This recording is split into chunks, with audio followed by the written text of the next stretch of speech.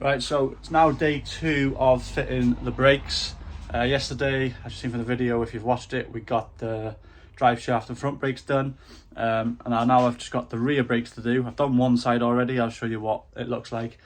And then I'm just going to do the other side, get the brakes bled up and gearbox oil topped up, and that should be the car, hopefully, all sorted, apart from washing it and sticking it up ready for the Fun Ball Rally, which we'll do in another video most likely. So yeah, today we need to get the braided line on the rear passenger side, the rear pads on the rear passenger side, paint, we need to paint the rear passenger side caliper, and then obviously brake fluid and the gearbox oil. That's the gearbox oil you need for the Mark II Focus if you're wondering about doing any gearbox oil changes or popping drive shafts out. Right, so we're going to go over to the car now. I'll show you what I've done on the driver's side rear, and then we'll crack on with the passenger side rear. Right, so on this side we've got braided brake line in. Everything's all tight, ready to go, ready for bleeding. I cracked the, where is it? I cracked the nipple off before I did anything, so make sure this comes undone. So obviously if it snaps, there's no point, I might as well replace the caliper. We've painted the caliper, I need to give it another coat. There's only one coat on there. And I got the yellow stuff pads in there. It just needs a bit of a clean up because yesterday it was pissing down and I got a bit dirty on the rear. So we're going to clean it up. And then we're going to go on the other side now and start that. Yeah, so we're coming on to the passenger side rear now. Obviously we haven't done this side, as you can see we've still got the normal lining. So we need to take these two little caps off. So there's two little caps here. These are on the back of the sliders, so you need to take these off. Same as the front. I think it was a T45 if I remember rightly. Yeah, just crack these off. They're quite easy to do. Yeah, so just get these two out, and then this caliper will come off. Obviously make sure your handbrake's off as well, otherwise you won't get it off. And then once the caliper's off, we'll get on to the next step. Before you start, obviously make sure you can undo your bleeding nipple, because sometimes they can break. So make sure that comes undone. I had to heat it and use some cold water afterwards, so mine's come undone now, which is good. So what we need to do now, pop this off. So just get a screwdriver and pop it off.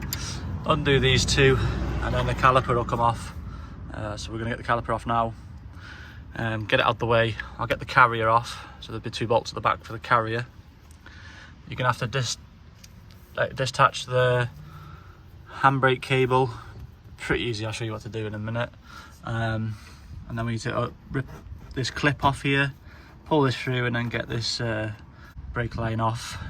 What I recommend is, obviously it'll start leaking out, so just get the other new brake line that's in the pack, put it on, and then have it sitting up, because it's not going to be able to go all the way up, you know what I mean? Just to stop it from leaking everywhere. So we're going to get this off now, get the carrier off, and then we'll get back to the video.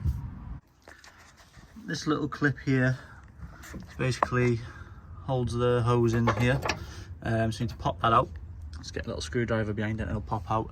So now I'm going to undo the hose from the old flexi, and then I'm going to change them over. I'm going to paint the calipers here like this, clean these up. I'm not going to take this off, I'm going to paint it here, clean this up, re-grease the sliders. I'm going to use the sliders off the front because look at these are a nightmare to get out. So like they're thick with shit basically. So I'm going to use the two sliders that were on the front because they're much better condition than this, and they're really clean compared to them, and I'm going to clean them anyway. Grease up inside these, make sure they're nice and free. And while you're here, just check everything, check your handbrake's free, check this moves, check your cables. Yeah, so we're going to get this brake line off now and get the new one on, and then get the new pads in and then get it all painted. Caliper's now off. We need to get the piston wound back. We're going to use this G-clamp. It worked on the other side. We put it on there and turned that, and that bit actually turned that and pushed it in. So we're going to try it on this one. Old hoses here, new hoses in. I haven't clipped it in yet. I've just got it elevated like that, so obviously the fluid can't keep going because it can't go upwards. So we're going to get that. We're going to get this wound back now, get it attached back to this and the line, and then get the new pads in.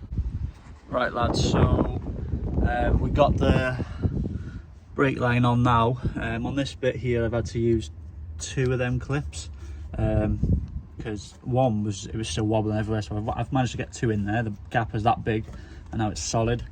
We got the handbrake cable back in. The new hose is mounted to the caliper, that's nice and tight. I've copper greased inside these holes here, just in here, so I've copper greased in there. And I managed to clean up the 2 new sliders, so these are off the front, so I'm going to put them in the back. So they're the fronts, and the backs, the ones that are in the back are like that, and I am not cleaning that there forever. So yeah, we've got these, we're going to get these in.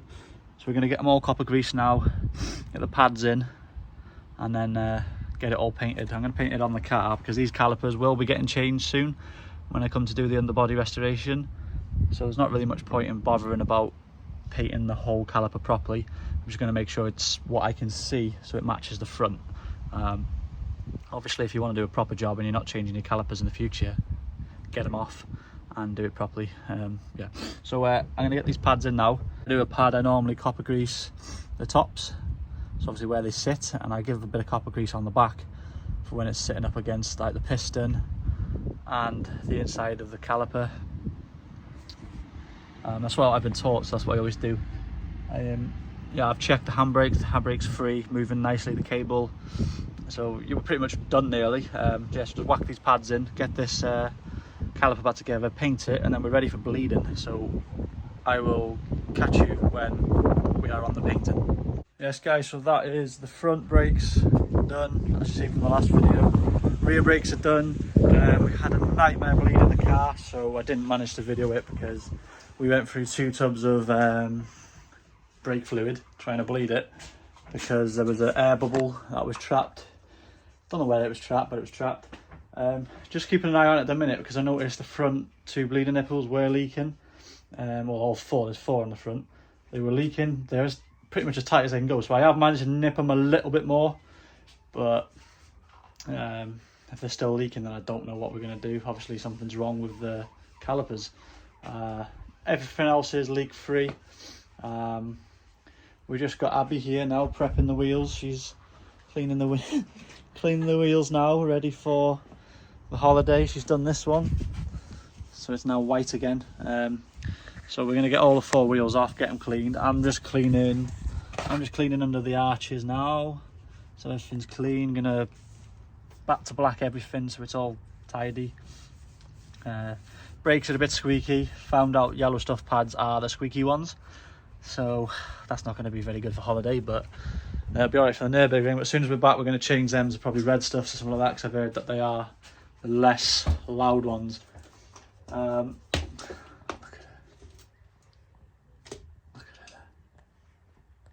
it. I can't zoom in on the front camera. Okay, there we go. Yeah, so it's now, what time is it? 6:30? Yeah. It's 6:30 and we're still going.